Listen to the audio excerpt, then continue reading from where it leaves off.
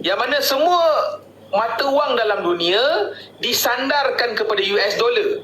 Hanya US dollar sahaja disandarkan kepada emas. Okey. Selepas tahun 1971, to be exact, 15 Ogos 1971, satu peristiwa yang namanya The Nixon Shock. Presiden Nixon, Richard Nixon pada ketika itu telah memutuskan, katanya temporary, ia memutuskan antara keterkaitan emas dengan wang fiat. Jadi semenjak tahun 1971 sampailah sekarang, wang fiat dah tak ada kena-mengena dengan emas.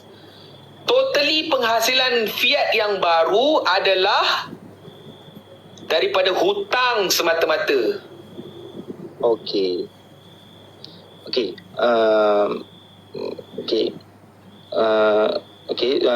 Kalau kat situ kira faham. Okey, untuk soalan lain, saya nak tanya. Contoh macam abang Izul sendiri cakap tentang kita buat pembelian kereta, rumah apa semua tu kan. Maksudnya ada unsur hutang lah, loan lah kan. Loan. Jadi bagaimana yang kami ni yang dah biasa, maksudnya yang dah terbiasa, kebanyakan majoriti daripada kami fahamnya bahawasanya macam kita orang ni macam ambil kereta dah yang mana dah pakai kereta, dah guna, dah bayar loan semua tu kan. Jadi macam mana kita orang ni nak keluar daripada, maksudnya keluar daripada kebiasaan, maksudnya keluar daripada kebiasaan majoriti sebab kebanyakannya semua pakai beli kereta dengan loan apa semua. Jadi dengan apa yang abang dengan nak merealisasikan apa yang dikatakan ada unsur riba tu, so kami nak jauhkan tu macam mana? Apakah solusi yang sebenarnya? Dia pertama sekali, kita manusia ni sebagai manusia, kita ni kena sedar yang kita berada di akhir zaman. Yang mana dalam akhir zaman ni kita banyak telah ditipu. Pertama-tama sekali Allah SWT bagi tahu dalam Quran, surah Al-Baqarah ayat yang ke-8. Allah bagi tahu, auzubillahi minasyaitonirrajim, wa minan nasi may yaqulu amanna billahi wal yawmil akhir wa ma hum bimumin. Allah bagi tahu jelas yang mana hari ni kebanyakan manusia mereka mengaku yang mereka percaya kepada Allah, mereka beriman kepada Allah dan mereka beriman kepada hari akhir, hari akhirat lah. Tetapi hakikatnya keimanan mereka ni Allah reject. Keimanan mereka ni Allah reject. Kenapa Allah reject keimanan mereka ataupun umat yang berada di akhir zaman, terutamanya kita sekarang ni? Pertama sekali, kita kata Tuhan kita adalah Allah, tetapi hakikatnya paksi kehidupan kita bukan Allah. Paksi kehidupan manusia hari ini adalah hawa nafsu. Bagaimana kita katakan paksi kehidupan hawa nafsu? Sebab kita ni demi memenuhi hawa nafsu, kita sanggup melanggar perintah Allah. Ini yang berlaku kebanyakan. Sebab itulah ada sampai fatwa yang kata yang mana demi apa orang kata kemajuan, tak apa, untuk first time loan riba tak salah. Ada fatwa keluar macam tu. Riba ni kalau Allah kata tak boleh, bagaimana ulama ataupun ustaz yang ada audacity untuk mengubah hukum Tuhan? Kenapa mereka mengubah hukum Tuhan? Sebab Allah dah bagi tahu dah, mereka ni bertuhankan hawa nafsu. Mereka tidak menjadikan kehidupan mereka Allah itu sebagai paksi. Paksi kehidupan dia adalah hawa nafsu. Dan Allah Ta'ala bagi tahu dalam surah Al-Furqan ayat 43, ara'aita man ittakhadha ilahahu hawa. Dan mereka menjadikan hawa nafsu mereka sebagai Tuhan. Dalam bahasa lain, bila manusia mengutamakan hawa nafsu, Allah bagi tahu mereka ni menjadikan hawa nafsu tu sebagai Tuhan. Sebab itu saya cakap tadi, keterlibatan kita dalam sistem ni, dia menyuburkan hawa nafsu. Bila kita menyuburkan hawa nafsu, bila kita mengutamakan hawa nafsu, dalam bahasa lain, kita sedang mengangkat Tuhan lain selain daripada Allah. Okey, baik. Cukup sekali itu. Saya pun akan berkait-kait juga akan ada kaitan juga dengan jawapan Abang Zul. Okey, dengan apa yang kita faham, dengan apa yang Abang Zul faham, dengan apa yang kita faham tentang apa yang kenyataan Abang Zul baru lepas jawab ni. Okey, bagaimana pula situasi bagi mereka yang sudah terikat dengan sistem ini? Bagaimana dia orang punya keadaan kalau sekiranya semua pegawai-pegawai bank dengar pencerahan daripada Abang Izul ni, yang mana dia orang secara totally dia orang faham keadaan ini, yang mana semua sudah pun dalam keadaan kesesatan lah, senang cerita, tak jahil lah, tak tahu apalah, dan dia bersedar bahawasanya dia orang tu silap.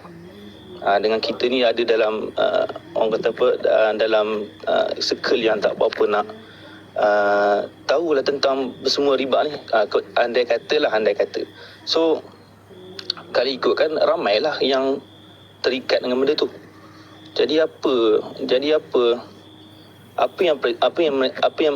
yang perlu mereka buat? Adakah perlu reset balik semua sistem ini, satu negara ataupun satu dunia perlu resetkan balik semua ini, sebab benda tu berkait-kait. Betul? Benda tu berkait-kait, betul? So bila berkait-kait dengan induk yang besar sudah semestinya orang kafir lah. Jadi bagaimana nak merealisasikan apa yang Abang Izul cakapkan tu? Saya faham apa yang Abang Izul cakap, kebanyakannya semua melibatkan hukum hakam lah. Jadi kebanyakan daripada kita ni, kalau kita, daripada manusia kita, bila kita cakap pasal hukum hakam ni, dia orang akan nampak benda tu macam strict pada satu benda yang perlu kena ikut. Tapi tak ada satu penjelasan, satu keterangan kenyataan bagaimana, kenapa perlu ikut. Kadang sebab kebanyakan orang bukan semua yang educated, yang bukan semua yang knowledge, tapi dia orang nak tahu sebab apa yang benda tu boleh terjadi sampai sekarang ni, boleh jadi sampai fitnah benda ni. Itu kira benda ni jadi fitnah lah kalau ikutkan kan. Dan sampai fitnah kalau ikutkan dulu, umpama macam susu lah, bila disebabkan nila, susu pun rosak. Jadi muamalah dulu clean lah. Jadi sekarang ni muamalah sekarang dah macam-macam toksik, fitnah. Jadi bagaimana kita nak reset balik lah, nak clean balik semua benda ni? Pertama sekali, dalam soalan awak sendiri dah bagi tahu dah jawapan. Okey. Awak sendiri dah bagi tahu jawapan, yang mana memang reset Reset lah. Memang jawapan dia reset. Tetapi reset yang bagaimana? Okey. Dia dalam keadaan kita sekarang ni, kita kena sedar yang mana memang tak ramai orang yang akan faham dan tak ramai orang yang akan sudi untuk melakukan sesuatu. Sebab pertama-tama sekali, mereka dalam state yang mana mereka tak sedar. Selagi kita berada dalam state yang kita tak sedar, sebab macam tadilah, macam apa sister tadi, dia berada dalam state yang dia tak sedar. Jadi bila kita nak melontarkan satu solusi, dia tak akan boleh terima. Jadi saya tak nak buang masa. Okey bang, itu yang saya tak berapa nak setuju. Sebab abang bila kata first yang abang kata dekat Kaudah, tak apa setuju, saya tak apa nak, saya kurang setujulah sebab dengan kenyataan abang tadi tu terus meletakkan bahawasanya mungkinlah Kaudah tu tak faham. Okey, sebab dia tanya tadi, Kaudah tanya tadi, andai kata kalau dia faham, dia sedar benda tu. Dan apa tadi, saya tak suka buang masa kepada andai-andai. Saya tak suka buang masa. Tak, memanglah memang tak suka anda. Ini bila mana soalan saya tadi, bila mana orang semua dah faham, dah sedar akan benda yang sepatutnya kena buat. Siapa yang sedar? Sebab awak boleh cakap semua orang sedar. Siapa yang sedar? itulah saya cakap andai. Tak, ini sebab apa? Contohlah. Kefahaman ini dah meluas. Kefahaman apa yang abang ceritakan ni, apa yang abang realisasikan ni. Satu Malaysia pun dah faham, dah sedar benda tu. Satu Malaysia faham, itu andai. Ia memang itu andai. Itu dia cakap, apa punya jawapan dia, apa solution dia. Andai. Biar berlaku benda tu dulu. Soalan tu biar relevan, jangan soalan yang andai. Soalan yang relevan kepada awak. Awak jangan bertanya kepada soalan yang andai-andai. Benda tu maksudnya nak perlukan action dululah. Soalan tu dia kena dengan kita. Maksudnya benda yang realiti yang berlaku dan kita tanya. Bukan andai-andai. Sekarang ni andai awak kalau semua orang faham, kalau semua orang berhenti. Itu tak, itu andai-andai. Okey. Tanya soalan yang relevan dengan awak yang memang berlaku sekarang ni. Itu baru betul nak tanya soalan. Jangan tanya soalan benda yang andai. Semuanya nak andai-andai. Assumption. Semua nak assume. Kalau dalam sale, orang yang assume ni dia takkan berjaya. Sebab dia assume sales dah masuk. Dia tak check benda tu masuk ke tidak, betul ke dah masuk, betul ke customer nak produk, betul ke produk tu sampai ke customer. Dia tak pastikan. Dia hanya assume. Assume ni mana kita pergi pun kita takkan berjaya. Okey. So jangan assume. Jangan tanya soalan yang assumption. Okey, macam tadi abang cakap dekat udah tadi itulah. Saya bukan nak cerita, saya bukan nak membelah mana pihak. Cuma saya nak tanya abang bila abang cakap pasal bila kita cakap tentang solution, bila kita cakap apa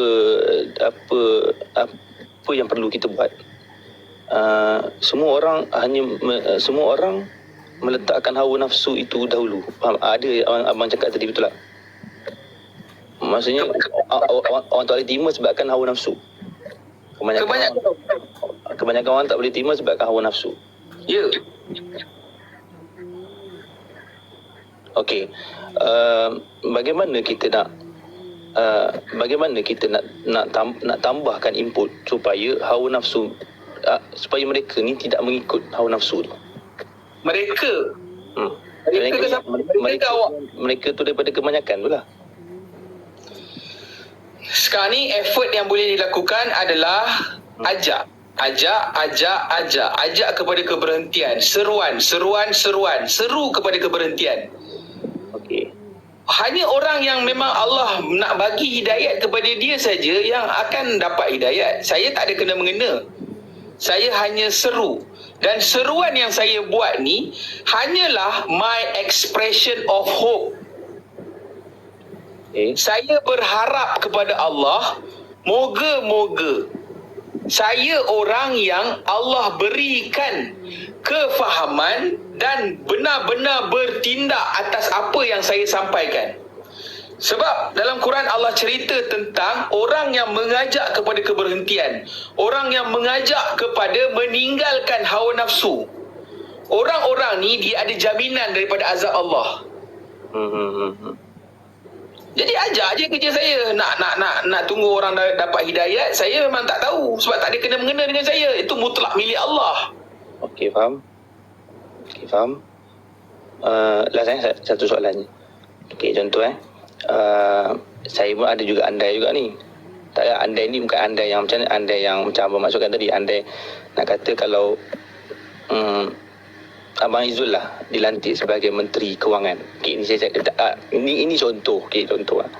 Kalau ada rezeki kan mana nak tahu. Okey, tak apa ni saya bagi.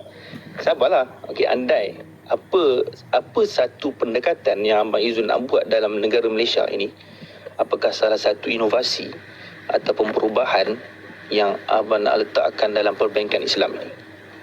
Tak ada macam nampak hebat soalan ni kan, tapi just nampak macam relax santai je lah. Apa yang satu benda yang baru ataupun benda yang perlu di-upgrade kan? Boleh saya nak tahu jawapan tu? Pertama sekali, saya hanya akan jawab bila saya dah jadi menteri. Dan Alah.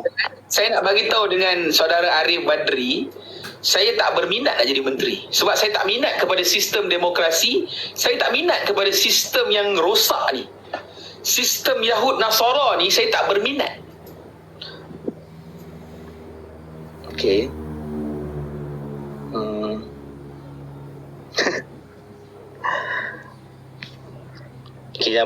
Itulah mesti tak menjawab lagi lah sebab saya kata andai contoh. Itulah apa benda Saya yang dah bagi tahu dah. Saya akan kembalikan balik ke realiti dunia yang nyata.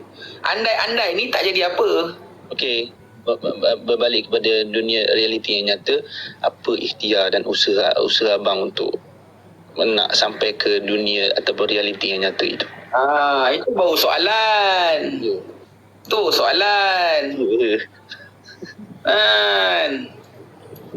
Okey, pertama sekali saya sentiasa menyampaikan kepada orang yang mana sistem ni adalah satu sistem yang rigged, dan untuk saya sampaikan kepada orang, saya kena ada guru. Saya kena ada orang yang saya boleh sudi, yang saya pergi jumpa dia depan-depan, bukan sekadar dalam TikTok. Sebab orang yang nak faham, dia takkan sekadar perbincangan habis dan selesai di TikTok. Dia kena rendahkan diri dia, start motor, start kereta, datang jumpa. Dalam kes ni, saya bagi tahu ada 500 orang yang dalam live sekarang ni. Berapa kerat sangat yang betul-betul nakkan solusi yang datang jumpa saya depan-depan? Tak ada. Semua sembang. Semua sembang. Sebab orang yang benar nakkan kepada solusi, dia akan start kereta, start motor, kayuh basikal, jalan kaki untuk datang dan mendengar secara depan-depan. Itu yang pertama. Apa yang saya buat, itu yang saya buat. Saya bergerak untuk memahamkan. Saya bergerak untuk fahamkan. Dia takkan kita dapat jawapan dengan sekadar kita duduk dan bersembang dalam TikTok. TikTok ni dia hanya sekadar platform untuk menyampaikan info. Untuk kefahaman info, kita kena mujahadah. Kita kena bergerak. Kita yang kena capai untuk dapatkan ilmu. Jadi apa yang saya buat, saya bergerak. Saya bergerak untuk fahamkan sistem. Saya belanja orang yang saya jumpa. Contoh ni apa yang saya buat. Lepas saya dah faham yang sistem ni sistem yang rigged, sistem yang rosak, saya faham yang saya dah terlibat dengan dosa. Bila saya terlibat dengan dosa, saya sedar yang mana saya kena minta ampun dengan Allah. Dan permintaan ampun dia tidak secukupnya sekadar sembang minta ampun. Tak boleh. Sebab apa? Ajakan kepada keberhentian ni kena dilakukan. Ajak pegang tangan-tangan manusia. Sepatutnya kan Nabi bagi tahu kita ni macam satu bahtera kapal. Bila orang di bawah sedang pecahkan kapal sebab dia nak air, kita kena pegang tangan-tangan mereka. Dalam kes ni kita bukan kerajaan, kita bukan orang-orang yang ada kuasa. So saya tak ada kuasa nak pergi pegang ataupun menguatkuasakan undang-undang, tak boleh. Sebab the whole system is rigged. Sebab keadaan sekarang ni kapal dah memang bocor, kiri kanan depan belakang yang tak boleh tampung. Solusi dia nak tak nak kena bagi tahu kepada siapa-siapa yang masih ada yang nakkan kesedaran untuk kita hijrah.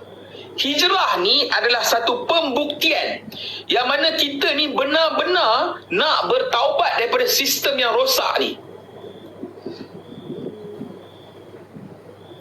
Jadi nak tak nak kita kena hijrah. Kita kena tinggalkan sistem ni secara keseluruhan. Sebagaimana Allah Ta'ala bagi tahu dalam Al-Quran, ya ayyuhalladzina amanu udkhulu fi silmi kafah. Wahai orang beriman, bawa agama, ambil agama secara keseluruhan, secara kafah. Bukannya ambil agama yang mana sesuai dengan hawa nafsu kita ambil, tak sesuai kita tinggal. Sebagaimana dalam sistem yang ada sekarang ni, muamalat yang tak sesuai kita tinggal. Muamalat Islam kita tinggal. Kita amalkan muamalat riba. Kita jalankan ekonomi riba. Seluruh dunia hari ini menjalankan sistem perlembagaan. Seluruh dunia. menjalankan undang-undang yang bukan daripada Islam. Jadi kita buang undang-undang Allah, kita bakul sampahkan undang-undang Allah. Ini keadaan yang berlaku di seluruh dunia, bukan hanya spesifik dekat tempat kita, seluruh dunia. Dan keadaan ni rosaknya seluruh dunia. Sebab itu bila, ni saya bagi keterkaitan, sebab itu bila berlaku Palestin, saudara kita, bukan Palestin saja sebenarnya, banyak negara-negara lain juga selain daripada Palestin yang dibantai, yang dibelasah, yang dibunuh, yang dibom, yang dirogol, yang diperkosa. Apa yang orang-orang Islam buat? Apa yang negara-negara Islam buat? Kita tak boleh buat apa. Kita tersangkut dengan perjanjian-perjanjian. Kita lebih takut kepada manusia berbanding takut kepada Allah. Dan ini realitinya. Sebab itu saya bagi tahu, ajakan yang selalu saya bagi tahu adalah kembali kepada perukunan Islam dan perukunan iman. Hari ini orang belajar rukun Islam, belajar rukun iman, tetapi dia just tahu, dia tidak mengamalkan prinsip. Rukun Islam, rukun iman, dia ada prinsip dia. Dia ada benda yang berlawanan. Manusia hari ini belajar ataupun mengamalkan prinsip yang berlawanan dengan rukun iman dan rukun Islam. Kita kena fahamkan rukun iman, rukun Islam. Kena fahamkan balik. Sebagai orang Islam, kita kena faham. Dalam rukun Islam, salah satu dia adalah puasa. Puasa tu menahan diri. Prinsip puasa adalah menahan diri. Berapa ramai orang sekarang ni sudi untuk menahan diri? Kita tak sudi menahan diri sekarang ni. Kita duk bagi tahu riba tu haram. Kita tak sudi menahan diri. Okay, baik. So, apa yang menjawab ni semua ni, masih saya nampak macam benda tu umum lagi lah. Umum maksudnya, abang tak detailkan lagi apa, macam mana kita nak sifarkan riba tu. Memang macam kita nak, macam benda tu umum, macam abang cakap tu banyak umum. Tapi nak detailkan lagi tu macam saya tak jumpa lagi lah. Saya tak jumpa lagi apa yang memang perlu sedar, perlulah gerak, perlu dakwah, perlulah tarik orang apa semua tu je lah. Benda tu betul lah. Tapi sistem tu, apakah sistem yang nak kita bawa supaya kita sifarkan sistem riba ini? Sistem riba yang kita sekarang tengah berluasa lah. Betul. Tak boleh kata apa lah. Kalau dia senang kata, kalau Arif, kalau mungkin duduk jauh dan sebagainya, tak tahulah, mungkin kita boleh setkan satu appointment. Saya bagi tahu terang, dia satu benda lah saya cakap bila berkaitan dengan perkara-perkara ni, ada benda yang saya cakap terang lah kepada 400 orang yang ada dalam live ni. Ada benda yang dia macam mana cakap, dia bukan benda yang kita boleh sembang secara umum dalam TikTok macam ni. Okey, faham. Kalau faham, alhamdulillah. Sebab saya tak boleh nak bagi orang faham, sebab faham tu daripada Allah. Betul. Dan benda ni dia tidak akan memuaskan hati orang. Sebab orang nak, okay, kalau kata kita tak ada Islamic banking, apa cara kita nak buat loan? Itu orang nak. Sebab tu saya cakap, solusi ni dia bukannya nak bagi orang boleh lepas loan juga. Solusi dia adalah kembali kepada Allah, kembali kepada cara kehidupan Nabi, tinggalkan kehidupan Yahud dan Nasara. Ini yang kita kena buat. Okey. Si Comel nanti Arif, nanti kita personal DM saya macam biasalah. Baik. Okey, terima kasih banyak bang. Itu saja, kita bagi peluang kepada mereka yang ingin masuk. Baik. Assalamualaikum. Assalamualaikum.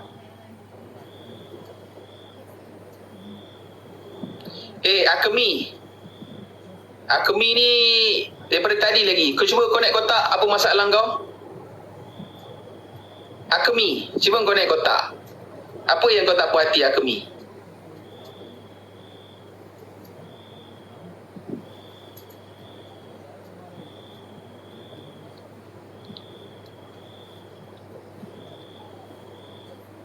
Setakat sembang kat bawah tak guna bang.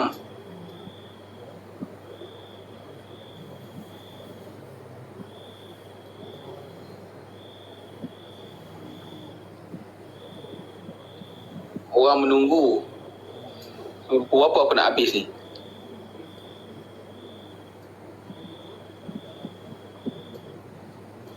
Assalamualaikum. Habis.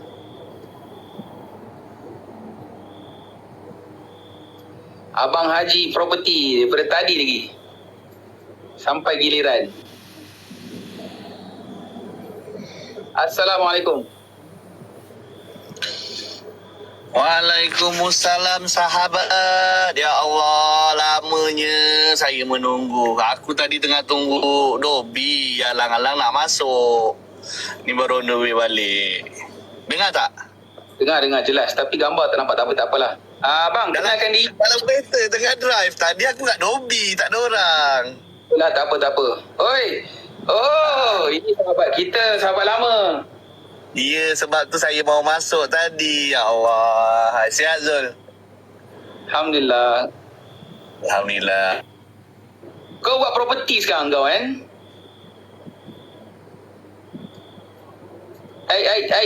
Awak ni. Masuk. Jadi tak sempatlah bertanya. Okey. Izul. Tempat kau lain tu lah. Sekejap sebab aku tengah drive. Sekejap je, aku dah nak sampai dah. Sekejap je. Itulah.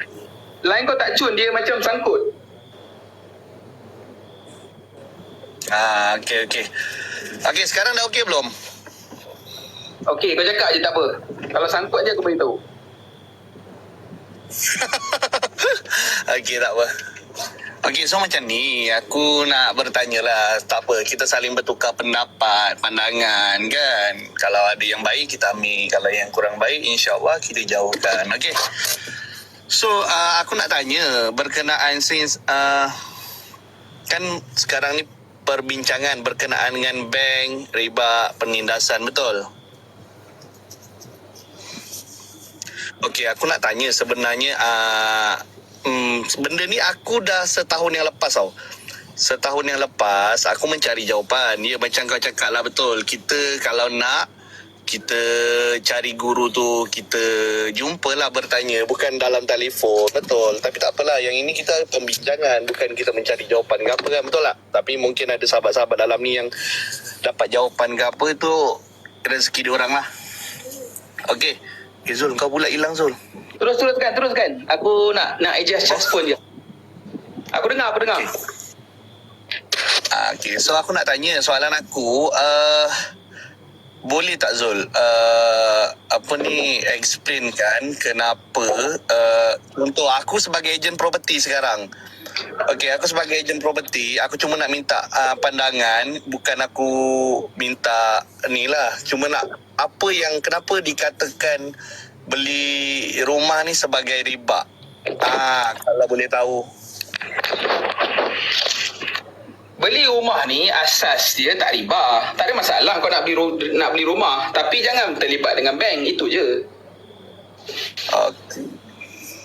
Okey. Kalau kau ada buyer yang boleh bayar cash, settle lah masalahnya.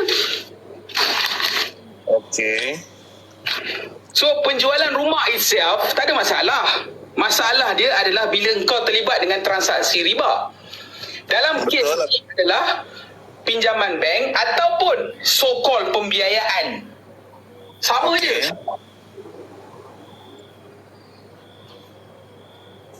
Okey.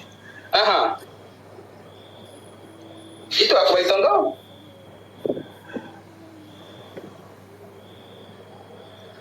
Okey. So Mas ada apa nama?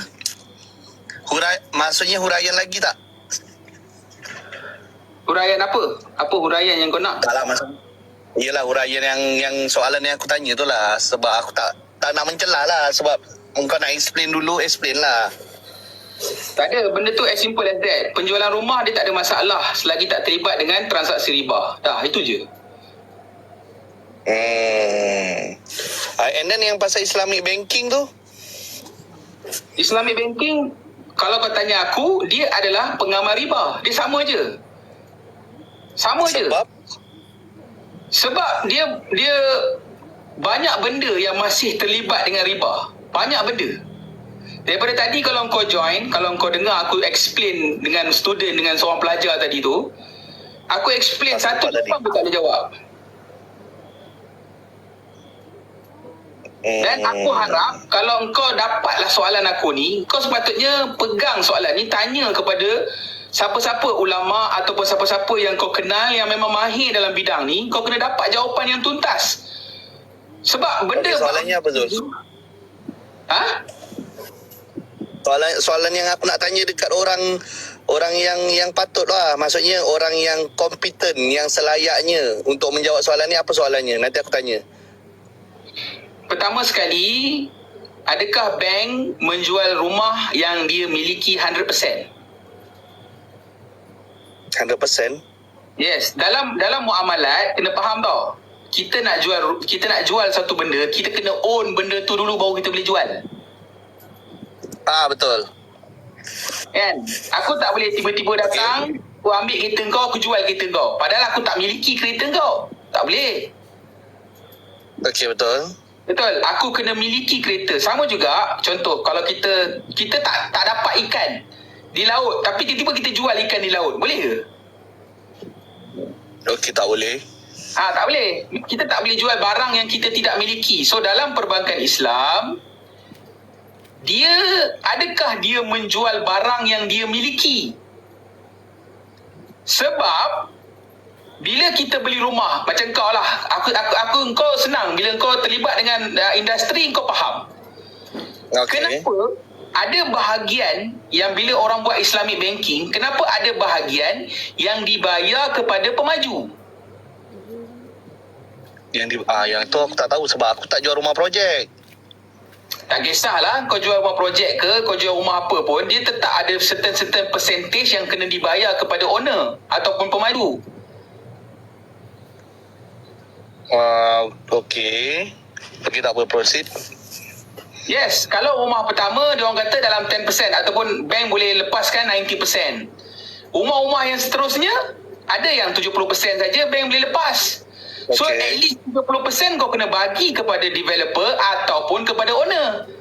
So soalan dia sekarang ni, kalau kau bagi deposit kepada owner ataupun developer, kau beli rumah daripada siapa sebenarnya? Kau beli rumah daripada bank ke? Kau beli rumah daripada developer? Yang bank ni hanya bertindak sebagai pemberi dana. Okey. So itu ya, kena faham lah. Kita sebab itu bab ni kita kena mengaji, kita kena tahu. Bank dia tidak miliki satu-satu barang. Dia hanya orang tengah. Okay. So, aku bukan mencela lah. Aku cuma maybe info yang aku dapat. Sebab okey dia macam ni. Sebelum aku memulakan kerjaya lah. Aku memulakan kerjaya sebagai perunding hartanah ni, secara jujurnya, sebelum apa-apa transaksi, apa-apa komisen yang aku terima, memang aku daftar tapi aku belum buat apa-apa kerja. Aku jumpa orang yang bagi aku, dia kompeten untuk dia nak menjawab soalan aku, dan aku tak aku cakap dengan dia transparent. Aku tak mengharapkan jawapan positif daripada dia, tapi aku nak jawapan yang jelas untuk kalau aku teruskan macam mana, kalau aku tak teruskan macam mana, untuk aku nak pilih lah ke depan. And then aku cakap jujur, orang yang aku jumpa tu adalah pakcik aku sendiri. Dia bekerja dekat bank negara, bahagian perbankan Islam, dan setiap bulan dia akan pergi ke negara-negara lain. Contoh, dia pergi ke Turki, dia ada pergi ke Jordan, dia ada pergi ke Saudi, dia ada pergi macam-macam negara lah. Every month dia akan pergi. Lama dah, sebenarnya dia bukan baru setahun dua. Dia Ustaz Doktor, sekian lah nama dia, itu PNC lah. Memang kalau kau buka ni, kau jumpa dia punya nama kat dalam tu. And then aku jumpa dengan dia, aku tanya macam ni. Aku panggil dia Pak Ngah lah. Assalamualaikum. Aku jumpa dia, aku datang ke rumah dia dekat Bukit Mahkota, area sana lah. Aku datang, aku tanya, Pak Ngah, IP ada hajat sebenarnya nak tanya ni. Apa dia tu, bila aku dah jumpa lah. Okey, nak tanya macam ni. Sekarang ni AP baru register sebagai ejen, tapi AP tak buat apa-apa lagi. AP nak bertanya, sebenarnya kalau AP meneruskan kerjaya dalam bidang hartanah ni macam mana? Sebab ada yang mengatakan benda yang buat ni riba haram. Jadi AP aware pasal pendapatan yang akan diterima kemudian hari. Lepas tu dia jawab aku dua. Pertama dia kata aku, pertama sekali Pak Ngah nak ucapkan tahniah sebab belum mulakan apa-apa AP dah mula bertanya berkenaan dengan pendapatan AP akan datang. Jadi AP bukan buat dulu, AP tanya dulu untuk nak dapatkan kepastian adakah pendapatan yang aku akan dapat ini halal atau tidak. Itu yang pertama lah. Yang kedua, tahniah sebab pada usia yang muda ceburkan diri dalam dunia hartanah. Okey. So dia menjawab soalan aku berkenaan dengan riba. Ini a few lah yang aku boleh ni sebab panjang tu. Aku borak dengan dia 2 ke 3 jam. Okey. Pertama sekali dia cakap dengan aku, dia bukan bagi aku jawapan tau. Dia buat macam dia bagi aku soalan, suruh aku jawab, dia nak tengok apa yang aku faham.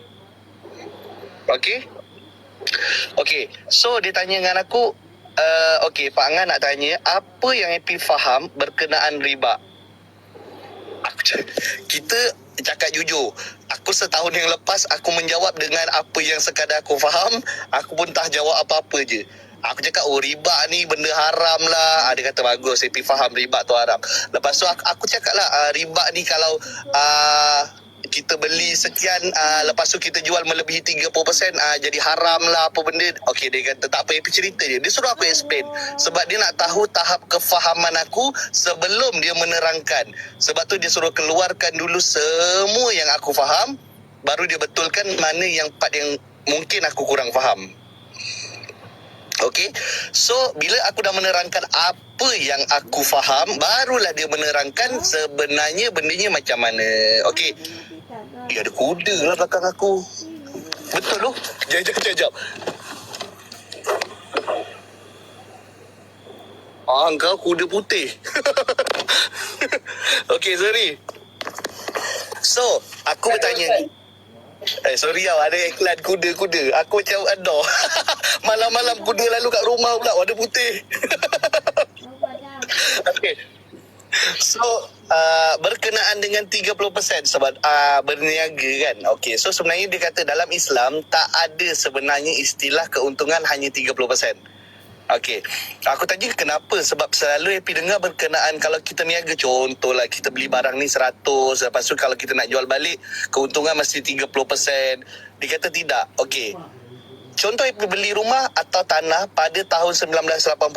Lepas tu AP nak jual balik pada tahun 2023. Harga tanah tu meningkat. Contoh AP beli dulu 100,000. Kemungkinan tanah tempat tu, contoh kita ambil, sebab dia duduk dekat Bukit Mahkota, area aku tak tahu nilai area sana aku tak tahulah.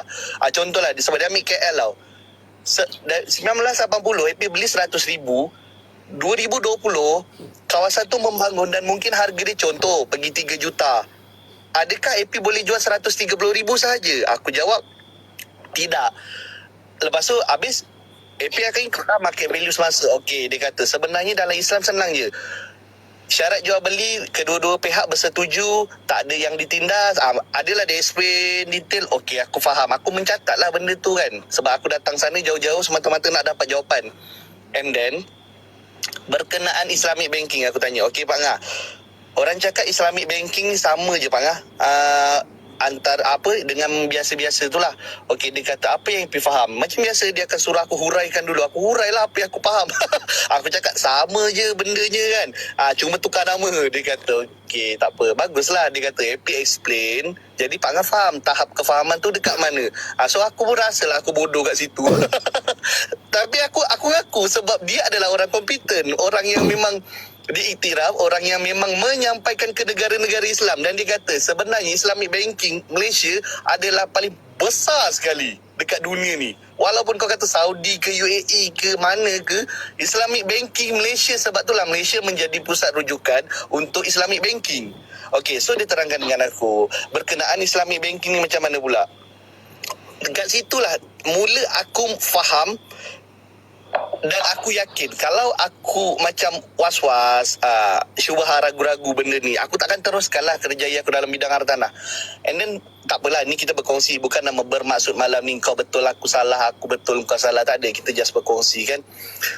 Aku bertanya dengan dia, lepas tu dia terangkan, okey, tapi kena faham sebenarnya satu benda nama dia konsep. Okey, konsep ni adalah apa yang faham dengan konvensional, apa yang faham dengan Islamik. Okey, Allah mengharamkan riba, tapi Allah menghalalkan jual beli. Okey, aku mendengarlah dengan khusyuk. Okey, sekarang ni konvensional dia tak membeli mana-mana. Contoh Izul, engkau aku Odah bank. Senang, Odah ada kan bank. Oh, dah pula ni masuk dalam gambar ni, tak perlu, dia tak perlu. Taklah, contoh dia bank lah. Sebab ni Bagi cerita bagi aku, orang lain. aku ejen, engkau pembeli, macam tu lah. Jadi sekarang cerita dia, bank ni, okey, kalau konvensional, engkau contohlah engkau pembeli. Okey lah, aku pembeli lah. Aku pembeli, aku nak beli rumah, aku tak ada duit. Ni konvensional tau. Aku tak ada duit, aku meminjam duit dengan bank, tapi aku tak dapat pun duit tu. Bank mentransfer je duit tu pergi dekat sana. Jadi dalam Islam menghalalkan jual beli, mengharamkan riba. Aku tak memegang duit yang aku pinjam. Faham tak? Okey. Okay, so kalau konvensional dia meminjamkan duit, tapi kalau Islamic banking, bank akan beli. And then benda tu betul, sebab bila aku melibatkan diri dalam dunia hartanah, aku nampak dalam geran-geran orang, bila diorang nak menjual rumah, akan ada nama pemilik bank. Siapa ketuan punyaan tu dekat bawah, nama bank. Contoh Pakcik Rashid, Makcik Sotong, Pakcik Harimau, kan? Diorang membeli. Memang diorang membeli dulu rumah tu, dan diorang menjual balik. Contoh, aku ni sebagai bank, aku membeli dulu rumah Pakcik A, contohlah. A nak jual, Ahmad nak jual rumah. Aku bank ni, aku beli dan aku jual pada kau. That's why keluarnya satu benda, nama dia letter offer. Contoh, aku beli 300,000. Aku cakap, okay Zul, kau nak bayar dengan aku macam mana? Aku nak selama 35 tahun. Kau nak 30 tahun. Kau nak 25 tahun. Kau nak 10 tahun. Aku akan tengok, okey, kalau kau nak selama gini, aku letakkan, okey, aku beli 300,000, aku menjual pada nilai 700. Contohlah, 700,000, 600,000, 500,000, contoh. Kau setuju tak Izul? Sebab kau nak bayar aku tak boleh sekelepuk. Kau bayar aku ni tempoh masa yang lama, tapi aku menjual. Bila aku berniaga, aku berjual, aku nak ada keuntungan. Betul? Orang berniaga mesti nak ada keuntungan. Betul? Okey, teruskan. Aku mendengar. Takut lain tak ada. Jadi bank menjual kepada engkau, contoh waktu tu, bank menjual, aku ni menjual kepada engkau, okey, kau setuju untuk aku jual balik pada nilai 500,000 atau 600,000. Jadi that's why lah adanya perjanjian yang engkau membeli dengan aku pada nilai sekian-sekian. So aku faham konsep Islamik adalah bank membeli dan dia menjual balik kepada klien lah. Tapi kalau yang bukan Islamik, dia tak membeli, tapi dia meminjamkan sahaja duit, yang duit tu pun tak nyata. So tu first lah. Tapi dia banyak Zul, kalau aku nak terang. Memang banyak. Sebab sekarang dah 2.30. Besok pagi-pagi aku dah nak kena hantar aku punya tunang pukul 4.30 pagi. Tapi itu antaranya lah. So itu yang pertama. And then Kejap. Okey, bro, sebelum kau teruskan explanation kau, yang aku dah memang tahu dah apa benda kau nak cakap ni. Tapi aku sebenarnya orang yang mencabar dari segi yang korang kata sebagai jual beli. Aku mencabar. Aku cabar dengan aku bertanya soalan. So soalan aku daripada tadi lagi, kalau kau tahu jawapan dan kau kena jujur. Kau jual rumah berapa banyak dah? Berapa banyak rumah dah kau jual? 5, 6, 10, 20? Banyak tak banyak Zul. Aku 6 bulan pertama aku buat sewa je. Aku fokus on sewa. Tapi memang waktu tu aku fokus betul-betul lah rumah sewa. Okey, tapi point dia, kau ada jual rumah tak? Ada. Dengan loan? Ada. Okey. So soalan dia sekarang ni, adakah bank memberikan pembiayaan 100% ataupun ada certain percentage yang kena dibayar kepada owner? Tak, Jujur. sebab percentage tu bukan bayar kat owner Zul. 10% tu bukan bayar pada owner. 10% bukan bayar kepada owner. Kau biar betul. Betul. 10% bayar ke siapa? Kat siapa? Dekat bank lah, sebab bank yang jual rumah kat kita. Kau ni kelakar lah. Betul lah aku cakap. Macam mana 10% ataupun 30% bukan dibayar kepada owner? Kau ni biar betul. Betul, ya Allah. Okey, dia macam ni. Sekarang ni kita ada, dulu sebelum ni kita ada SRP tau. Skim rumah pertama, di mana skim rumah pertama ni orang boleh loan 100%. And then bermula 1 hari bulan 4 2023, Perdana Menteri kita yang ke-10 mengisytiharkan kita akan menghapuskan, menamatkan skim rumah pertama, tapi digantikan dengan skim jaminan kredit perumahan SJKP. Itu pun kita boleh buat 100%. Tapi kadang-kadang ada orang dia tak ada duit nak bayar legal fee, jadi lebih lah, maksudnya 105% macam tu, atau 110%, depends on dia punya legal fee lah untuk nak bayar lawyer tu. Itu rumah pertama. Okey, aku nak tanya kau. Kalau rumah kedua, kenapa dia jadi 70%? Tak, rumah kedua 10%, rumah ketiga kena ada deposit 30%. Okey, rumah ketiga kenapa 30%? Dan 30%, 10% tadi dibayar kepada siapa? Kepada bank. Sebab sebelum Kau ni biar betul dibayar kepada bank. Kau tengok ke tak agreement? Astagfirullahaladzim. Bank nak bagi pembiayaan. Kau bayangkan idea dia macam ni tau. Bank nak bagi biaya, tiba-tiba kau kena bayar 10% kepada bank. Tak logik. Bank yang jual rumah kat kita, kenapa aku kena bayar kat owner? Contohlah sebagai aku pembeli ni, bank dah beli rumah tu dengan owner, jadi aku kena bayar dengan bank lah sebab aku membeli dengan bank. Betul tak Zul? Kenapa aku kena bayar dekat owner? Itu yang menjadi masalah aku. Kenapa kena bayar ke owner? Itu yang menjadi masalah aku. Dan aku melihat Kau tahu tak, engkau bukan satu-satunya ejen mungkin konvensional lah yang ini. Tak, aku bagi contoh dalam penjualan rumah yang especially rumah baru. Okey, engkau mungkin jual rumah yang dah second hand. Tapi kalau rumah baru kena bayar kepada pemaju. Sebab pemaju adalah tuan rumah tu, faham tak? Bank beli. Faham tak? So, adakah bank memiliki rumah tu 100%? Kita bayar kepada siapa? Kita beli kepada siapa sebenarnya? Kita beli dengan bank Zul. Kalau beli dengan bank, soalan dia kenapa deposit kena bayar kepada pemaju? Deposit yang mana ni? Yang aku tahu booking je lah. Booking tu masuk dalam LOI. Letter of interest. Letter of intent. Booking is booking. Deposit ni. Mana ada deposit bagi dekat developer? Tak adalah Zul. Weh, kau ni aku bukan first time bercakap dengan bankers ataupun orang-orang yang jual rumah, property agent. Bermakna kau tak pernah bertemu dengan kes tu. Tapi aku cakap jujur lah. Ada dua cakap. Sama ada kau tak pernah bertemu dengan kes tu ataupun kau sedang menipu aku. Kau yang mana? Aku cakap jujur. Aku memang tak pernah jual rumah projek. Rumah projek ni rumah baru. Kau tak tahu cerita lah. Itu je cerita dia. Kau tak tahu cerita. Okey lah, sebab aku memang buat subsale. First thing first, aku cakap kau tak tahu cerita. Itu je. Ya, tapi macam-macam mana tu. Kalau kau tak tahu cerita, so tak apa. Benda tu kita skip. Dan aku harap engkau boleh bertanya soalan ni kepada siapa-siapa yang kau kenal dan kau kena fahamkan. Sebab benda ni jelas. Kita membayar kepada developer. Developer memang akan dapat persen-persen yang tertentu. Tu kita kena faham. Sama juga dalam penjualan kereta.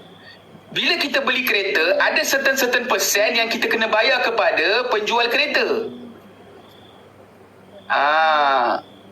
Sebab contoh, ada orang dia memang tak mampu, so dia nak loan 100%. Ada orang dia ada 50% deposit.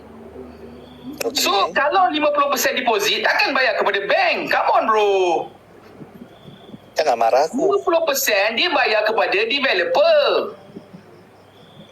Tak. Yang itu bank beli. Saksil memang tak ada developer. Tapi kalau rumah-rumah baru ada developer. Ya, dia macam ni, aku faham. Dia konsep dia sama.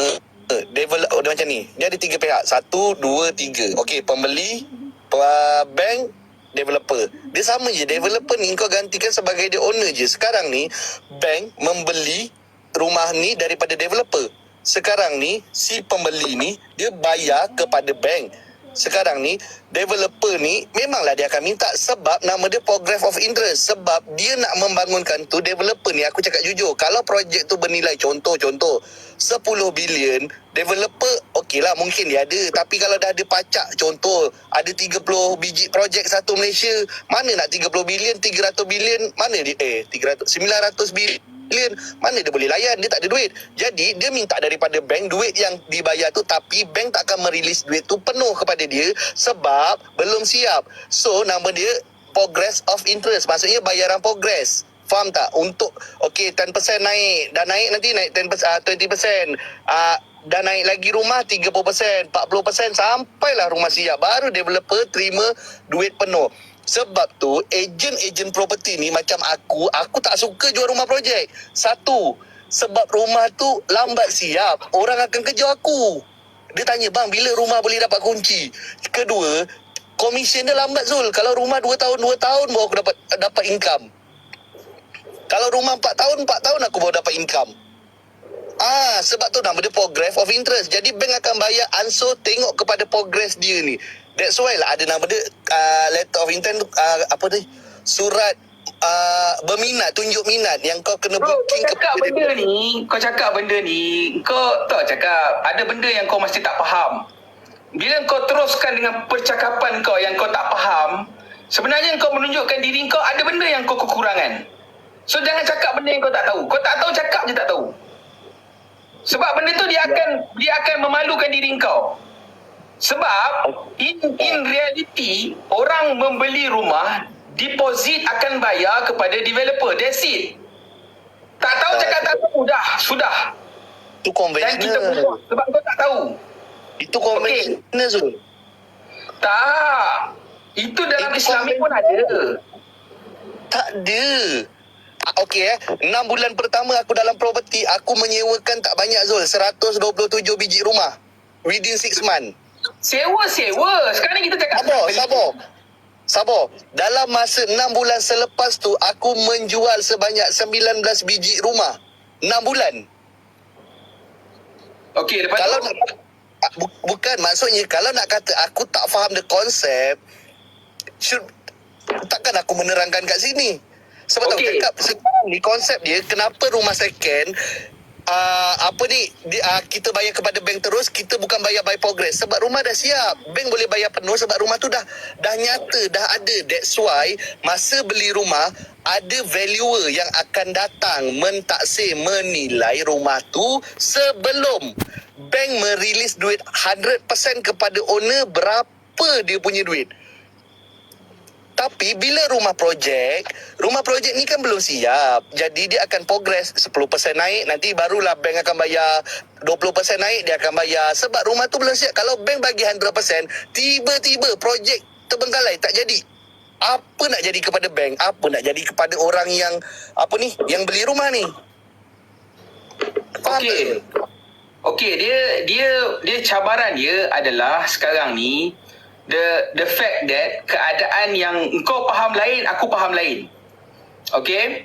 Sebab engkau ni, kau mengiyakan, kau kata deposit bayar kepada bank. Dia macam satu benda yang kelakar. Mana ada orang bayar deposit kepada bank? Orang tak bayar deposit kepada bank. Orang bayar deposit kepada developer ataupun kepada owner. Okey, kalau kau beli direct, contoh. Katalah dekat sini, okey bro, lihat lo. Katalah di sini kita tak bertemu satu titik, okey? Cari 2 titik. Keadaan ni engkau kena pergi fahamkan lagi, confirmkan lagi, dan aku confirmkan lagi. Okey, sebab pada aku memang mana ada bayar kepada deposit kepada bank. Okey? Okey, sekarang ni aku nak tanya kau the next question. The next question. Yang soalan tadi aku bagi kepada student tadi.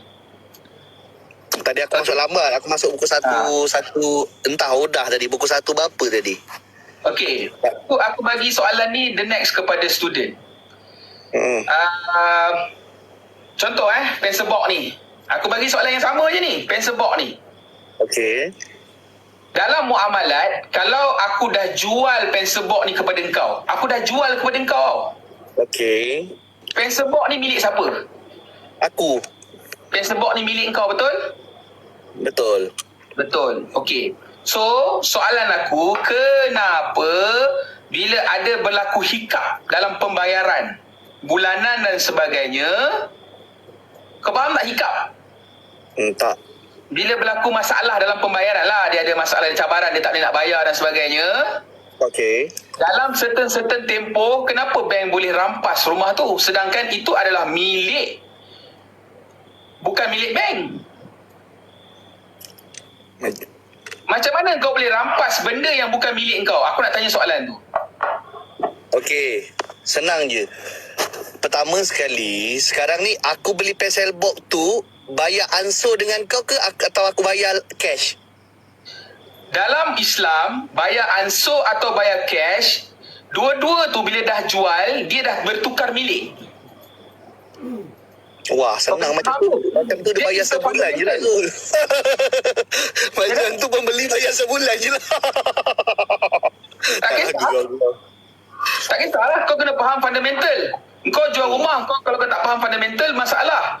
Sebab bila kau menjual satu-satu barang yang dah dijual dah bertukar milik sepatutnya. Dan bila bertukar milik, kenapa kau boleh rampas barang tu? Kenapa kau boleh tarik kereta tu?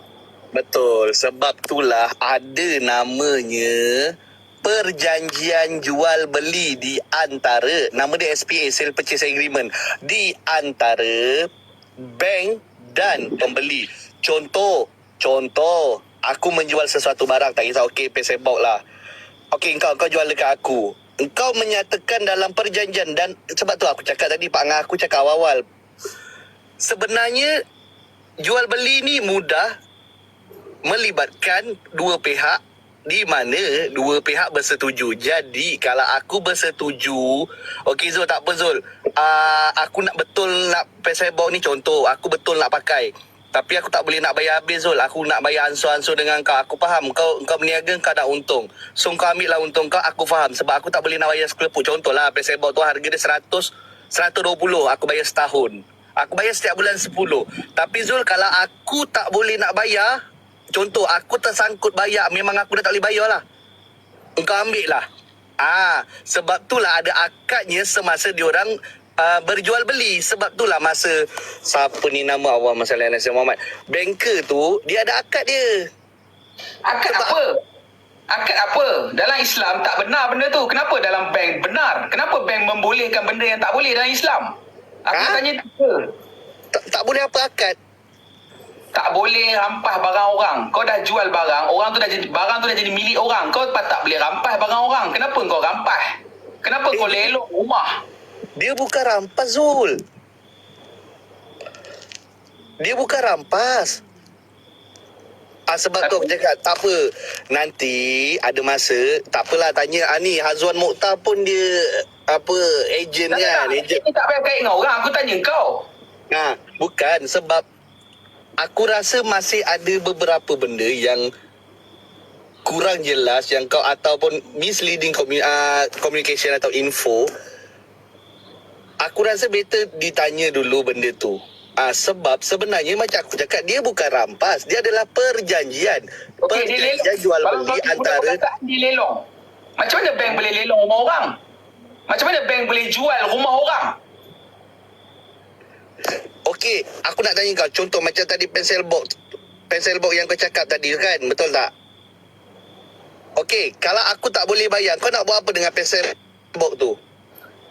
Dalam Islam, kalau orang tak boleh bayar hutang, tuntut hutang, tagih hutang.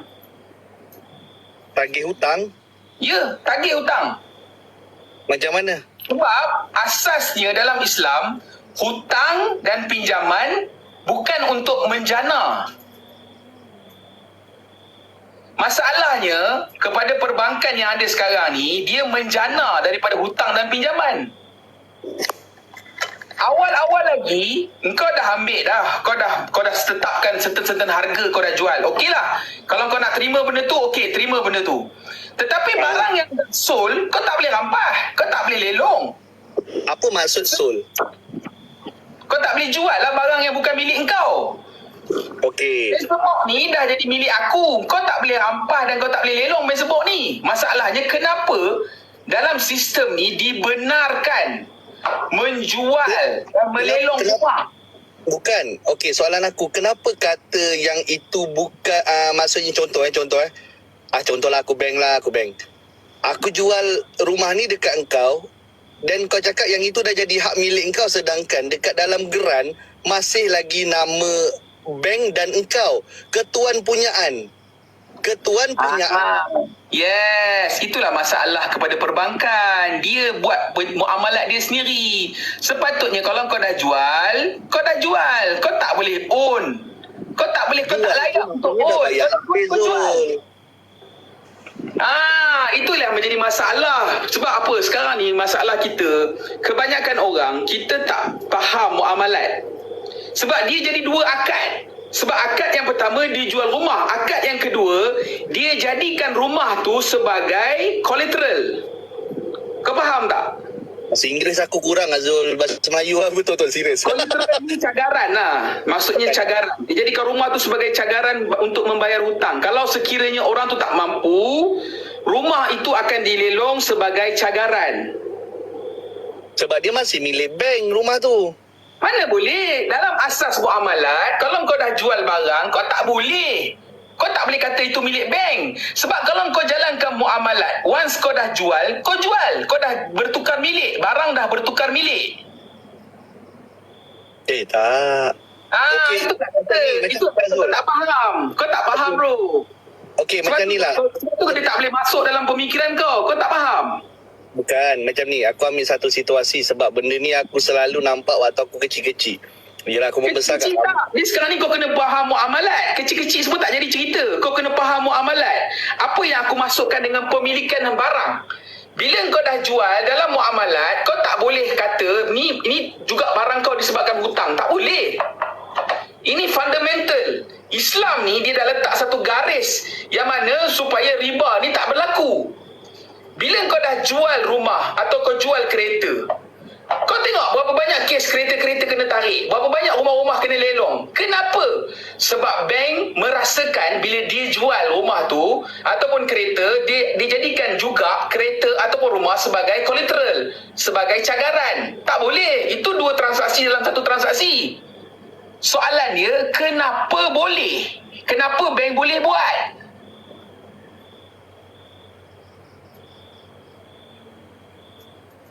Okey, kau dah tanya habis ke ni? Aku tanyalah, kenapa boleh buat? Kenapa bank boleh buat? Sedangkan tidak ada dalam muamalat yang begitu.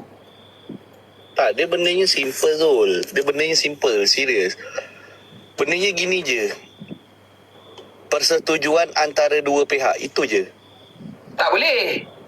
Kalau bersetuju antara dua pihak, maknanya zina boleh lah. Aku setuju, perempuan tu bersetuju, okey kita jima.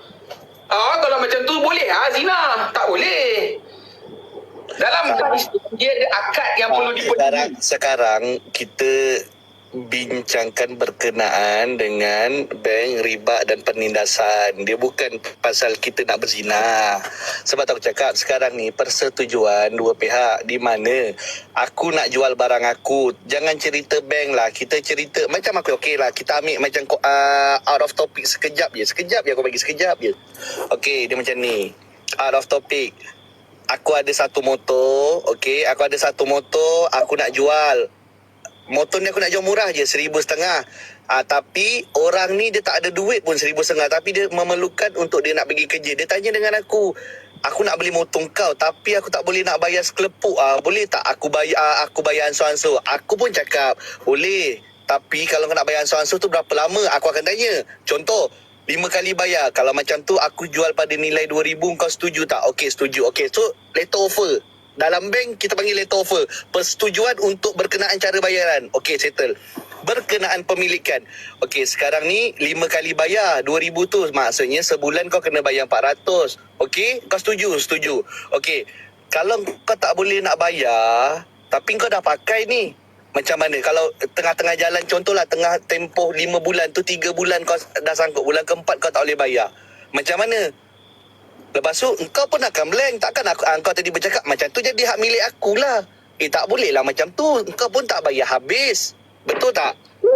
Bro, kau kena mendalami muamalat lagi bro. Sebab aku cakap dengan kau ni, kau tak faham apa yang aku cakap. Kau faham konsep pemilikan tadi, kau tak faham. Bila kau tak faham, susah kita nak bersembang. Okey. Itu je aku beritahu. Sebab bila kau, bukan aku bercakap ni, minta maaf bukan aku nak merendahkan tetapi bila kau tak faham konsep pemilikan dalam penjualan, jual beli, bila kita tak faham, kita cuba mengiyakan satu benda yang salah, dia menunjukkan lagi sekali diri kita yang banyak benda yang kita kekurangan. Okey. So kau kena fahamkan balik. Kau kena fahamkan balik muamalat yang basic. Okey. Fahamkan muamalat basic tentang pemilikan rumah. Tentang apa yang aku sebut ni, aku rasa mungkin kau tak faham pun apa yang aku cakap ni. Sebab apa yang aku tengah cakap ni, aku sedang mencabar kepada apa yang mereka katakan itu Islamik dari segi jual beli. Yang hakikatnya aku sedang mencabar, aku kata ini bukan muamalat, ini bukan jual beli. Hakikatnya dia masih terpalit. Jadi aku tanya soalan-soalan yang macam aku keluarkan lah ni. Okey? So kebanyakan orang tak faham. Jadi macam kau cuba nak pertahankan.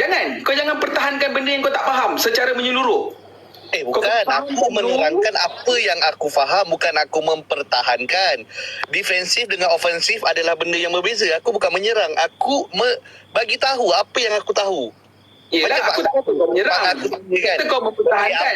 Aku faham berkenaan dengan ini. Jadi aku menerangkan dulu. Jadi jika aku salah, aku sedia untuk orang betulkan. Macam dia betulkan aku. Macam tu je.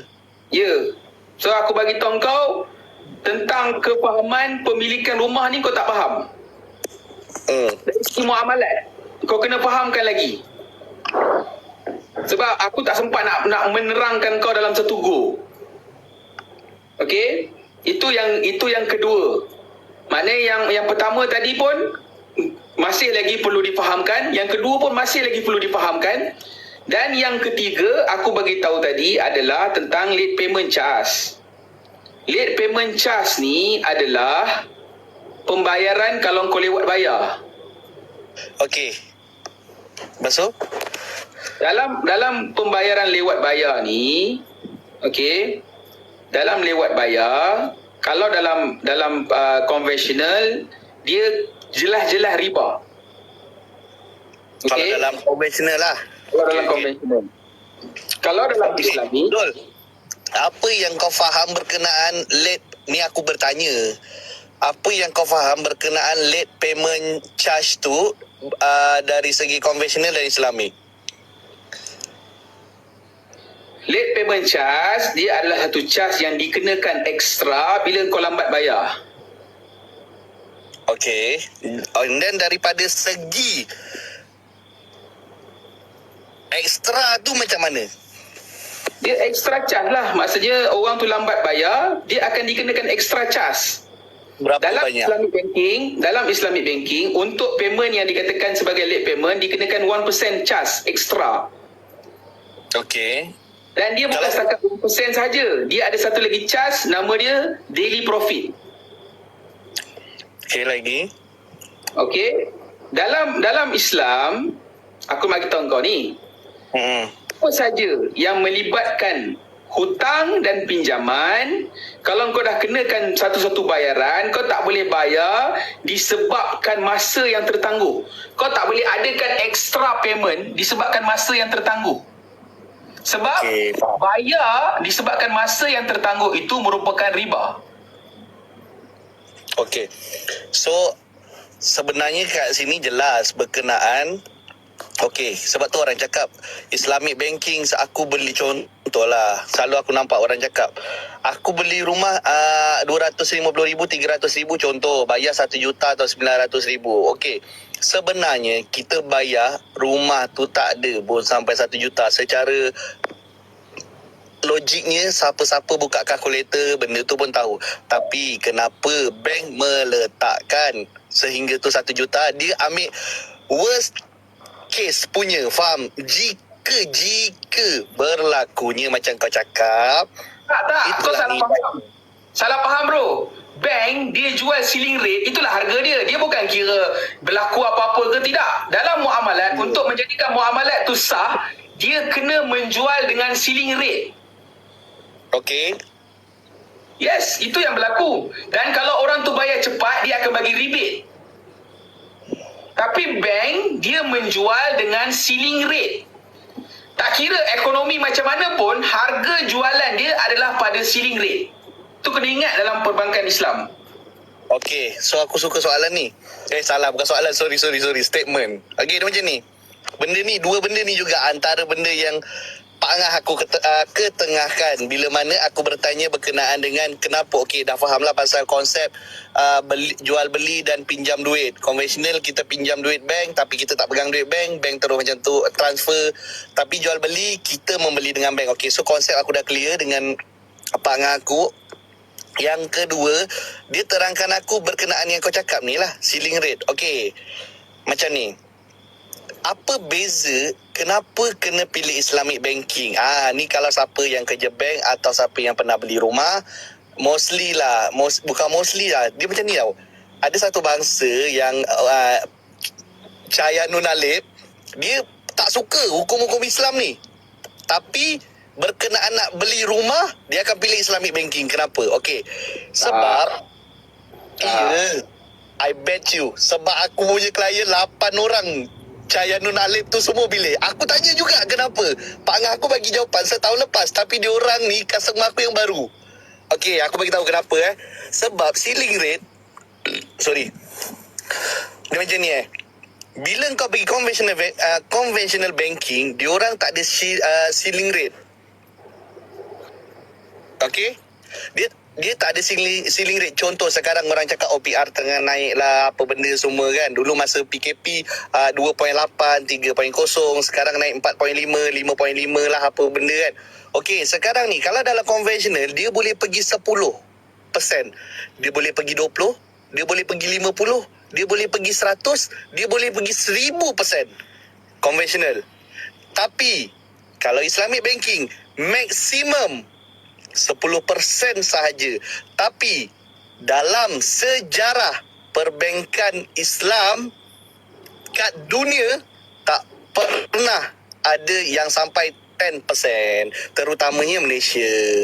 Sebab itu ceiling. Walaupun sekarang orang cakap OPR naik, aku applykan dia orang ni yang semua. Aku memang cakap salah satulah panggil aku cakap AP kena cakap dengan bank, suruh dia masukkan Islamic banking. Kalau staff bank tak buat, dia yang berdosa. Kalau dia masukkan konvensional. Tapi kalau AP dah cakap, lepas tu dia tak buat, tu dia dengan atas. Maksudnya kalau dia masukkan konvensional, orang tu yang berdosa. AP dah lepas, AP dah lakukan tugas AP. Sebab aku bukan orang bank, aku tak boleh tukar-tukar sistem kat dalam bank. Aku tak boleh key in dalam bank. Aku boleh minta, Kak, abang, yang ini masukkan Islamic banking. Okey, tu settle. Ceiling rate kalau Islamic maksimum 10, konvensional tak ada. Dia terbang, dia fly terus macam dak fly kan. Macam tu. Okey. Sekarang ni bab ceiling rate ni aku bukan isu aku yang aku persoalkan. Yang aku persoalkan adalah extra charge yang dikenakan bila orang lewat bayar. Okey, tu pun aku setuju. Benda ni juga yang Bang aku terangkan. Contoh dalam personal loan. Dalam personal loan, kalau orang lewat bayar, kalau katalah, contohlah parking kau tinggal RM50,000, dia boleh pergi sampai RM200,000, RM300,000 kalau disebabkan late payment charge ni, tahu tak? Tak sampai. Won't be happen. Dia boleh pergi. Apa yang tak sampainya? Won't be happen. Betul, serius Zul. Sebab aku cakap jujur. aku benda-benda macam ni aku ambil titik berat lah. Sebab aku tak nak macam nama aku Bang Haji Sebab apa kau jual cakap agama. won't happen? Sebab apa kau cakap won't happen? Okey, macam ni aku terangkan ke kau. Tak apa, at least hari ni satu input baru untuk kau, untuk aku, untuk yang mana ada dalam ni. Kita sama-sama belajar. Okey, dia macam ni. Berkenaan dengan, aku ada tanya tau benda ni. Serius, ni antara 3 benda lah aku tanya kan. Poin nombor 3 ni, aku tanya Pak Ngaku. Pak Ngah, okey, habis macam mana pula pasal kalau orang bayar lewat tu? Islamic banking tetap juga ambil charge. Okey, apa yang Ipi faham? Benda biasa dia akan tanya aku dulu. Dia nak tengok otak aku faham apa. Aku pun Kau straight forward je. Kau tak payah pening-pening cerita. Kau straight forward je. Dah lewat malam. Aku kena memahamkan. Kau tak boleh buat macam tu penceritaan. Kau cerita je direct. Bukan, benda ni untuk memahamkan. Sebab tak semua orang boleh faham direct. Tak apa, kau tengah sembang dengan aku. Kau direct je cerita dengan aku. Tapi ramai siap tengok. Yalah, dia orang tengok. Okey. So macam ni. Berkenaan dengan late payment charge. Okey. Okey Zul, aku tanya kau lah dululah. Apa yang kau faham late payment charge? Riba. Okey, riba. Okey, apa yang ribanya? Sebab mengambil extra charge daripada kelewatan bayar. Penangguhan masa, dia ambil extra charge. Okey. Maksudnya kalau apa-apa benda yang kita pinjam ke apa ke, kita lambat bayar, kita kena riba Kalau kita kena charge, riba. Okey, maksudnya aku zaman sekolah aku dah kena riba Zul. Kau merelakan diri kau kena riba, nak buat macam mana? Dah tu aku pinjam buku kat perpustakaan, aku lambat 2 hari. Kena bayar RM1 ke 70 sen ke 50 sen. Betul tak? Tak boleh. Memang tak boleh ambil, itu riba. Kalau Apa kau yang- pinjam buku, lewat bayar, memang tak boleh. Pinjam ni kau tak boleh ambil untung atas pinjaman. Pinjam Ini basic. Pinjam tak boleh ambil untung atas pinjaman. Okey. Segala manfaat ke atas satu-satu pinjaman adalah riba.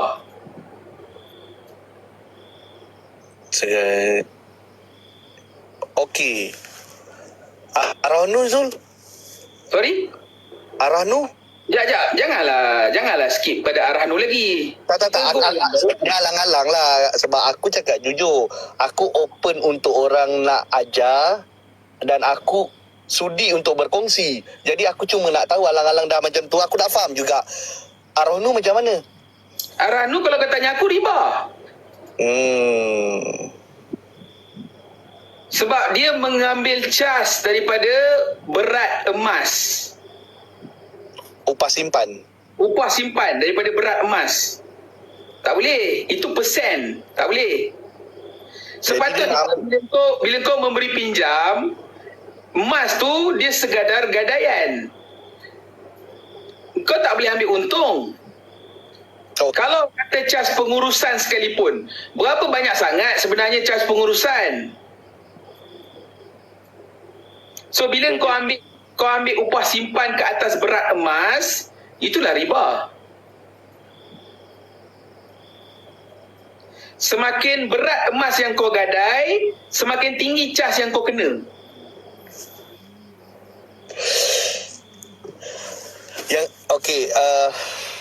Segala, jujurlah aku tanya, segala benda yang dilontarkan, yang dihujahkan ni kau dapat dari mana-mana? Aku belajar lah. Sebagai, yelah, sahabat lah kau dengan aku macam tu lah. Aku belajar. Dekat? Aku belajar, aku ada ustaz aku. Salah seorang ustaz aku adalah Ustaz Rafidi dekat Kulim. Aku belajar dengan dia. Yang dia memang mudir madrasah dekat sana. Dia mengajar kitab muamalat. Memang orang lama.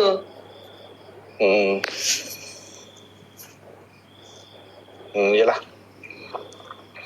Tapi yang aku nak clearkan berkenaan dengan late payment charge ni, alang-alang biar orang faham lah. Terpulang kepada korang juga, sama ada korang nak beli rumah ke tidak. Tapi korang, ini just for information lah.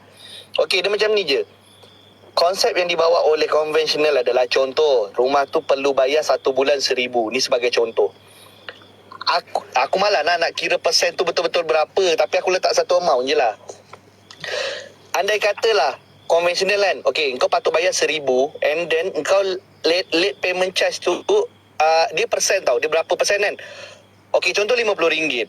Okey, so engkau kena bayar RM1,050, betul? Okey, kalau kau kata RM50, okey. Okey, so andai kata bulan kedua engkau masih tak boleh bayar, dia akan ambil base dia, dasar dia bukan daripada 1,000, tetapi dia ambil daripada 1,050 dan didarabkan dengan berapa yang late tu lagi. Berapa persen tu. Lepas tu, kalau dia masih tak boleh bayar, bulan ketiga, contohlah tadi jadi 1,100 kan, bulan kedua. Bulan ketiga, base dia adalah 1,100, bukan 1,000. Jadi, di situlah berlakunya penindasan. Okey, itu konvensional. Aku ada tanya dengan Pak Ngah aku berkenaan dengan benda ni. Jadi, Pak Ngah aku menerangkan benda yang sama. Dia cakap dengan aku Islamic banking dan aku telah mengkonfirmkan lah kan. Sebab aku dah bawa klien pergi sign LO, SPA semua kan. Aku tengok lah, aku baca benda tu. Dalam konsep konvensional ni, diorang compounding tau. Memang menekan untuk nak duit tu. Maksudnya dia bahasa mudah along lah. Kan?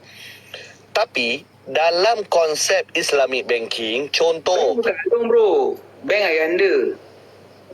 Ayahanda ke ibunda ke siapa ke tak kisahlah.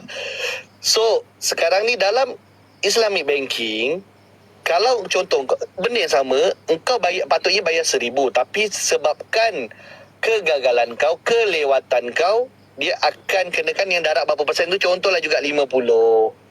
Bulan kedua, andai kata engkau lewat juga, dia tak ambil base kau 1,050, dia akan kira 1,000 juga. Faham tak? So cas yang dikenakan tu adalah sama dengan cas bulan yang pertama. Yang ini Point dia ada extra charge tak? Ada tak extra charge? ada. So compounding ataupun tak compounding, tetapi dia ada extra charge tak? So extra charge tu aku bagi tahu kau, itulah riba. Denda ni nama yang ditukar. Kau tukarlah nama apa pun. Denda ke, penalty ke, apa pun, kau tukarlah nama apa pun. Sedekah ke, ada nama sedekah. As long as extra charge, itu adalah riba. Macam extra charge adalah riba. Ya. Extra charge atas kelewatan bayar, itu adalah riba. Okey, nanti kita boleh sambung. Nanti aku tanya dengan pakcik aku balik. Double confirm benda ni. Alright, confirmkan dululah, insyaAllah. So as for now, aku boleh bagi tahu, orang yang nak tahu jawapan, kalau kau orang yang jujur, kau carilah jawapan tu dengan sejujurnya. Kerana pendapatan yang kau dapat adalah dia akan menentukan kehidupan kau dekat akhirat. So, berjaga-jaga dan berhati-hatilah. Dan aku bagi tahu direct ni sebagai kawan, kau terlibat dengan riba dan kau patut berhenti. Aku bagi tahu kau. Aku dengan jelas aku bagi tahu kau, sebagai kawan berhenti. Carilah pendapatan lain, job lain. Jangan terlibat. Ya, memang kita terima yang mana sistem semua yang kita hidup ni semuanya terlibat dengan riba, tetapi sekurang-kurangnya janganlah directly terlibat dengan riba.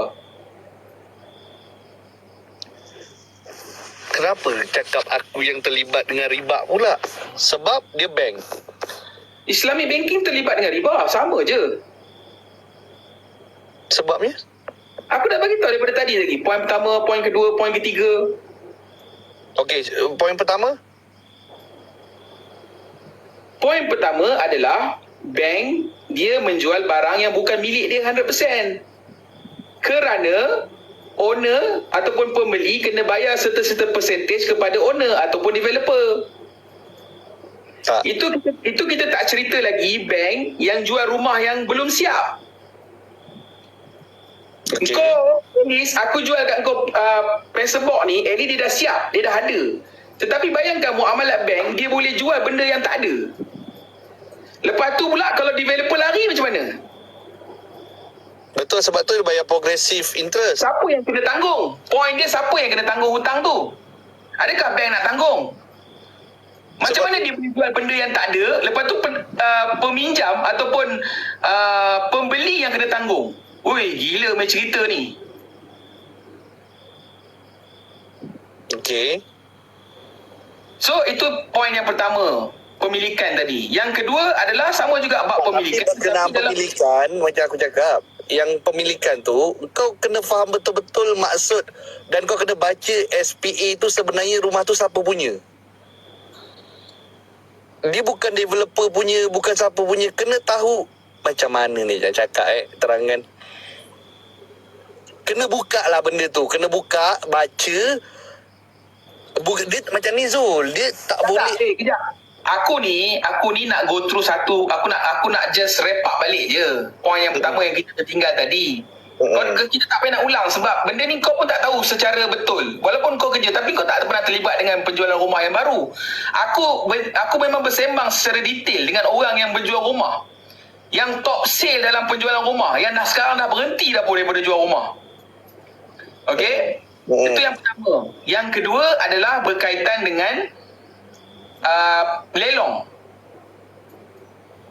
Ini pun kau kena faham juga. Kau kena tengok balik dalam bab muamalat ni. Kena tengok balik. Kau jangan tengok muamalat bank. Muamalat bank semua disebat. Kena tengok muamalat Islam yang sebenar. Habis maksudnya orang-orang yang fatwa yang ulama keluarkan tu, maksudnya dia orang ikut hawa nafsu ke? Aku tak tahu. Tapi benda tu salah. Itu je aku boleh bagi tahu. Aku tak terima. Yelah itu yang aku tanya. Jadi maksudnya yang ulama bagi, adakah dia mengikut hawa nafsu atau macam mana? Sebab bila mana dia macam ni tahu, bila sesuatu fatwa nak dikeluarkan, dia ikut hawa nafsu ke tidak. Tetapi poin dia, aku tengah bidas. Apa yang mereka katakan sebagai benda tu tak salah, aku sedang bidas. So tolong bagi tahu aku. So tak ada orang yang boleh bagi tahu aku. Kau pun tak boleh bagi tahu jawapan. Sebab kau memang bukan dalam bidang panel syariah. Kau penjual rumah. betul. So dalam bab yang kedua pun kau tak boleh jawab. Soalan yang ketiga lagi lah, tadi kita cakap pasal late payment. Itu aku tak cerita lagi dalam bab fractional reserve. Aku tak cerita lagi dalam bab-bab lain. Banyak lagi. Apa kaitan fractional reserve ni dengan jual rumah ni? Tak apalah, kita go through 3 tu dulu. Nanti point fractional reserve nanti kita boleh bersembang lain lagi. Atau macam ni, kau pernah tak setkan satu appointment dengan authority yang berwajib lah atau yang kompeten, yang selayaknya untuk engkau nyatakan atau suarakan benda ni? Aku pernah je sembang dengan panel syariah. Dia orang pun tak boleh bagi jawapan. Tu je. Sebab dia nak teruskan juga dengan sistem ni. Siapa nama dia tu? Yang panel syariah tu?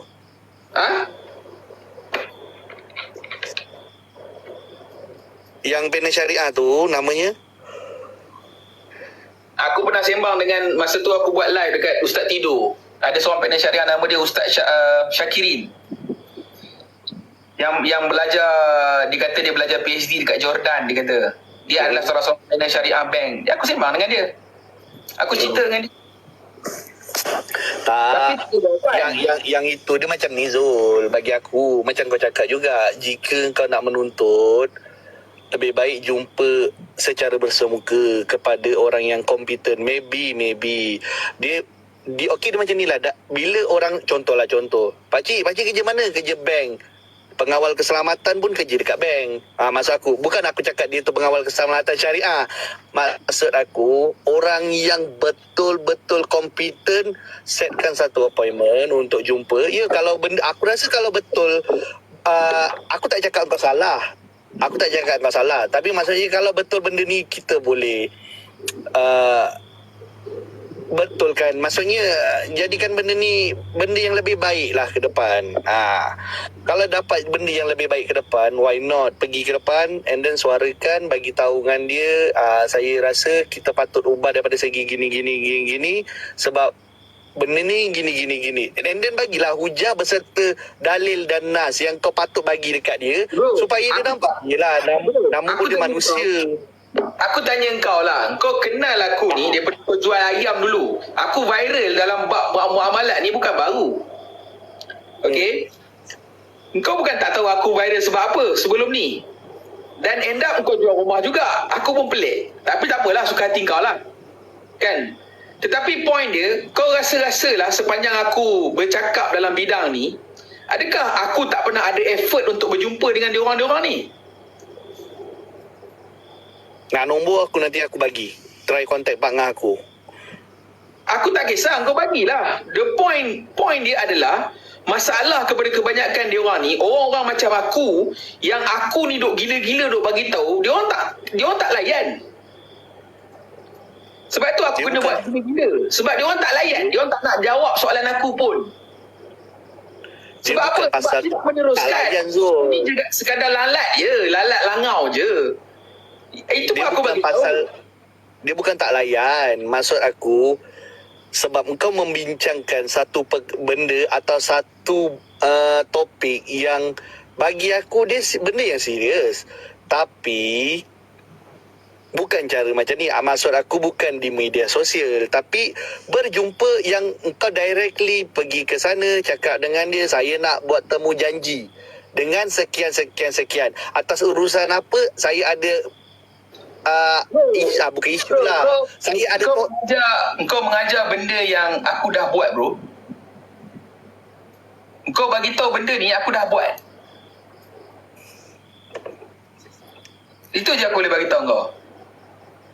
So, aku ada peluang di media sosial, memang aku sembuh kau lah. Bukan, sebab diorang mana main media sosial. So, orang macam kau lah, kalau kau boleh setkan appointment, pakcik kau kot. Jom lah, kau set dengan pakcik kau. Pakcik kau kot, come on lah. Engkau setkan. Boleh? Dia kena ada orang yang bawa. Dia mana boleh main datang je, dia kena ada referral. Boleh? Set lah. Bawa datang, jom. Boleh, tak ada masalah. Nanti aku bagi tahu. Kita tak sembang dalam TikTok lah. Kita akan jumpa lah depan-depan. Tak ada hal, mari lah. Betul. Sebab kalau kau cakap kat sini, diorang pun tak notice. Sebab diorang memang tak buka TikTok. Yelah. Orang macam kau lah yang kena notice, dan orang yang macam kau lah kena sampaikan sebab kau ada connection. Okey, So, boleh? Kita set appointment tak ada hal lah. Mbak datang lah, jom lah. Boleh. Tapi bila datang, kita kena dalam keadaan macam aku cakap lah. Kita pun dulu belajar sama kan. Datang dalam keadaan yang gelas yang kosong lah. Tak ada masalah. Aku nak Maksud aku kita datang dalam sebab dia jawab lah. Dia bukan tak nak bagi Zul. Aku boleh bagi Zul. Sebab macam-macam mana pun kalau boleh, benda tu perbincangan, bukan perdebatan. Sebab macam-macam mana pun nanti kalau benda tu berjadi sebaliknya, aku segan sendiri Zul dengan pakcik aku. Aku cakap jujur. Kan aku segan sendiri. Tak, sebab itu kau kena jelas. Orang yang macam aku memang akan datang dan aku akan tanya soalan tu dengan bertalu. Bukan, maksud aku bila kita datang untuk mendapatkan jawapan, kita kena dengar lah. Macam aku nak dapat jawapan daripada pakcik aku, pak ngah aku datang, aku bertanya dan dia memberikan aku ruang untuk aku menjawab apa yang aku tahu, baru dia akan bagi tahu perkara yang sebenar. Macam tu. Kira macam adab berguru lah. Sebab Boleh. kita datang, kita bukan nak menunjuk. Aku cakap jujur, aku datang jumpa Pak Ngah aku tak ada niat untuk nak Pak Ngah salah, AP betul. Macam tu bukan. Aku datang dalam keadaan yang aku betul-betul aku nak faham sebenarnya konsep ni apa. Is it apa yang aku buat ni salah tak benda ni? Sebab aku cakap jujur, aku sangat fikir daripada mana hasil aku datang. Jadi kalau tak ada keyakinan dekat situ, aku tak akan buat. Aku dah cakap dengan dia. Jadi tak kisah apa jawapan Pak Ngah, AP akan ikut. Kalau benda ni salah, cakap salah. Kalau benda ni boleh buat dan benda ni betul, bagi tahu betul. Sejenis aku gitu. Aku datang dalam keadaan open. Tapi kau kena faham stand aku pula.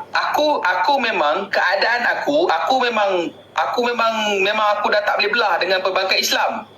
Jadi aku pergi sana, kalau nak jumpa, aku akan bertanya di kedudukan aku yang ada masalah dengan perbankan Islam. So aku nak tanya, aku berharap dengan ilmu, dengan pengalaman yang ada, tolong jelaskan kepada saya yang sebenarnya saya berdiri di tempat yang salah. Jadi saya nak tahu jawapan. Itu je. Kalau nak dapat jawapan tu benda yang betul lah. Sebab kau nak macam ni tau, nak bahasa mudah lah.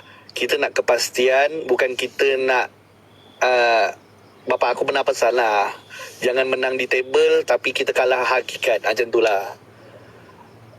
Sebab tahu cakap aku okey je, aku masuk live ni, aku tak ada isu aku nak berdebat ke apa, just berkongsi idea. Tapi kau kena pastikanlah at least 3 jawapan tu kau kena firm. Kau tak boleh main ya ke tidak, tak boleh. Kau kena firm. Sebab ini melibatkan Soalan pertama aku firm. pendapatan kau. Soalan pertama aku firm.